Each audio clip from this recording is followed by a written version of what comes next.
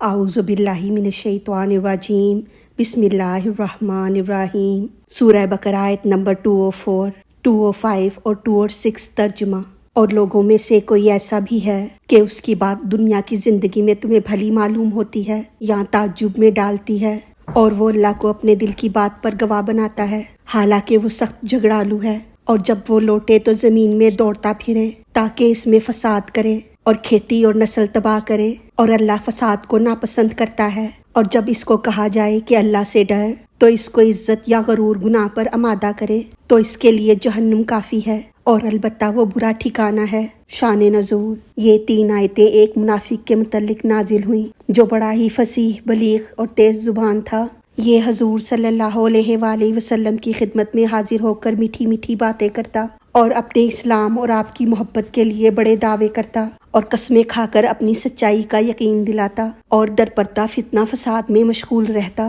اس نے کئی مسلمانوں کے جانور ہلاک کر ڈالے اور ان کے کھیتوں کو آگ لگا دی۔ کچھ مسلمانوں نے اس سے کہا کہ خدا سے ڈرو اور فساد سے باز آ جاؤ، تو وہ اور بھی ضد میں آ گیا۔ اس کے متعلق یہ آیتیں نازل ہوئیں۔ تفسیر: وَمِنَ النَّاسِ، اور لوگوں میں سے، ناس سے یا تو کفار مراد ہیں یا منافقین یا عام لوگ۔ مَن یُعْجِبُکَ، کہ تعجب میں ڈالے تمہیں، قولہ، اس کی بات، عجب جس کے معنی ہے حیرت، بڑائی، خوشی یا پسند آنا۔ اسی لیے انوکھی بات کو دیکھ کر جو حالت طاری ہوتی ہے اسے تعجب کہا جاتا ہے، یعنی لوگوں یا کفار یا منافقین میں سے بعض ایسے پرلے درجے کے چالاک ہیں کہ ان کی بات آپ کو بھلی معلوم ہوتی ہے یا خوش کر دیتی ہے۔ فی الحیات الدنیا، دنیا کی زندگی میں، حیات الدنیا سے دنیا کی زندگی مراد ہے، یعنی آپ کو دنیاوی زندگی میں تو اس کی باتیں پسند آتی ہیں مگر آخرت میں پسند نہ آئیں گی، کیونکہ وہاں اس کی یہ بولنے والی زبان گونگی ہو جائے گی۔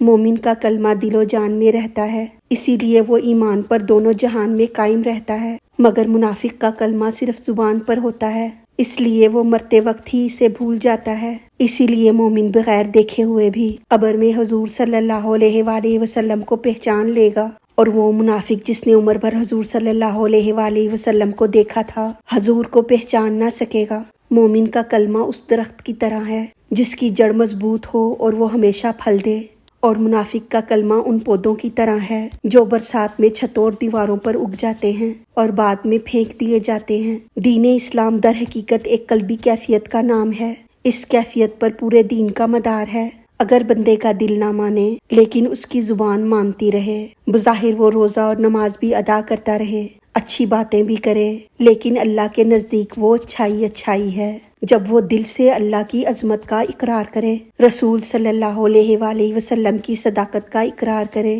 اللہ اور حضور صلی اللہ علیہ وآلہ وسلم کی خوشنودی کے لیے اللہ اور اس کے نبی کے احکام بجا لائے، تو ایسا بندہ مسلمان ہے۔ خیال رہے کہ اللہ کی رحمت بہت وسیع ہے، اگر اس سے کچھ خطا بھی ہوتی ہے اور اس میں کچھ کمی بھی رہ جاتی ہے تو اس کی بخشش بندے کی کمی کے لیے کافی ہے۔ وَيُشْهِدُ اللَّهَ، اور وہ گواہ بناتا ہے اللہ تعالیٰ کو، ماں جو قلبی ہی اس کے دل میں ہے، یعنی وہ اپنی دلی بات پر اللہ کو گواہ بناتا ہے اور کہتا ہے کہ خدا میرا گواہ ہے کہ میرے قلب میں آپ کی بڑی محبت ہے، یعنی حضور صلی اللہ علیہ وآلہ وسلم کی بڑی محبت ہے۔ اپنی محبت پر خدا کو گواہ بناتا ہے تو اللہ اس کے قلبی نفاق پر گواہی دیتا ہے کہ وَهُوَ، حالانکہ وہ أَلَدُّ الْخِصَامِ، سخت جھگڑالو ہے، یعنی وہ دشمنی میں بہت سخت ہے یا دشمنوں میں سخت دشمن ہے۔ اور اس کا ثبوت یہ ہے کہ وَإِذَا، اور جب تولا، وہ لوٹے، سعیٰ، دوڑتا پھرے، فی الارض، زمین میں۔ تولا کے معنی ہے پشت پھیرنا، چلا جانا،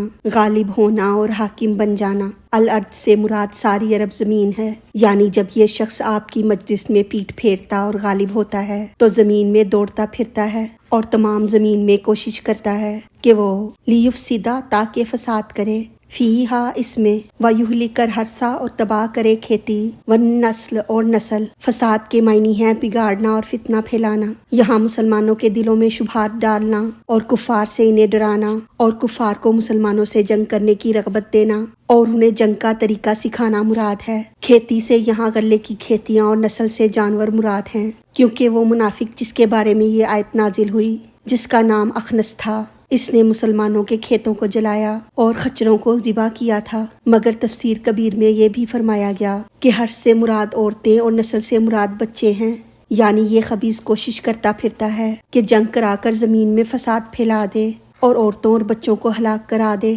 یا زمین میں گناہ کرتا ہے تاکہ اس کی شامت سے بارش رک جائے جس سے کھیتیاں اور جانور ہلاک ہو جائیں، یا پھر مسلمانوں کو کافر بنانے کی کوشش کرتا ہے اور ان کے کھیتوں کو آگ لگاتا ہے اور ان کے جانوروں کو قتل کرتا ہے۔ واللہ، اور اللہ تعالیٰ، لا نہیں، یحب الفساد، پسند کرتا فساد کو، یعنی اللہ تعالیٰ جانی، مالی اور جنگی کسی قسم کا فساد پسند نہیں فرماتا، لہٰذا فساد کرنے والا اس کی بارگاہ میں مردود ہے۔ وَإِذَا، اور جب قیلا کہا جائے، لَهُ اتَّقِ اللَّهَ، اس کو کہ ڈر اللہ سے، یعنی جب اس سے کہا جاتا ہے کہ اللہ سے ڈرو اور ان حرکتوں سے باز آ جاؤ، یا یہ کہ اگر اس سے کہا جائے کہ تم خدا سے خوف کرو تو بجائے فساد سے باز آنے کے، اخذتہ العزت، اسے آمادہ کرے عزت یا غرور، بالاسم، گناہ پر، یعنی اس کو اس کی عزت اور زیادہ گناہ پر بھڑکاتی ہے کہ وہ ضد میں آ کر اور زیادہ گناہ کرتا ہے، اور اس کی آبرو اور بڑائی اسے اور بھی زیادہ گناہ میں گرفتار کرتی ہے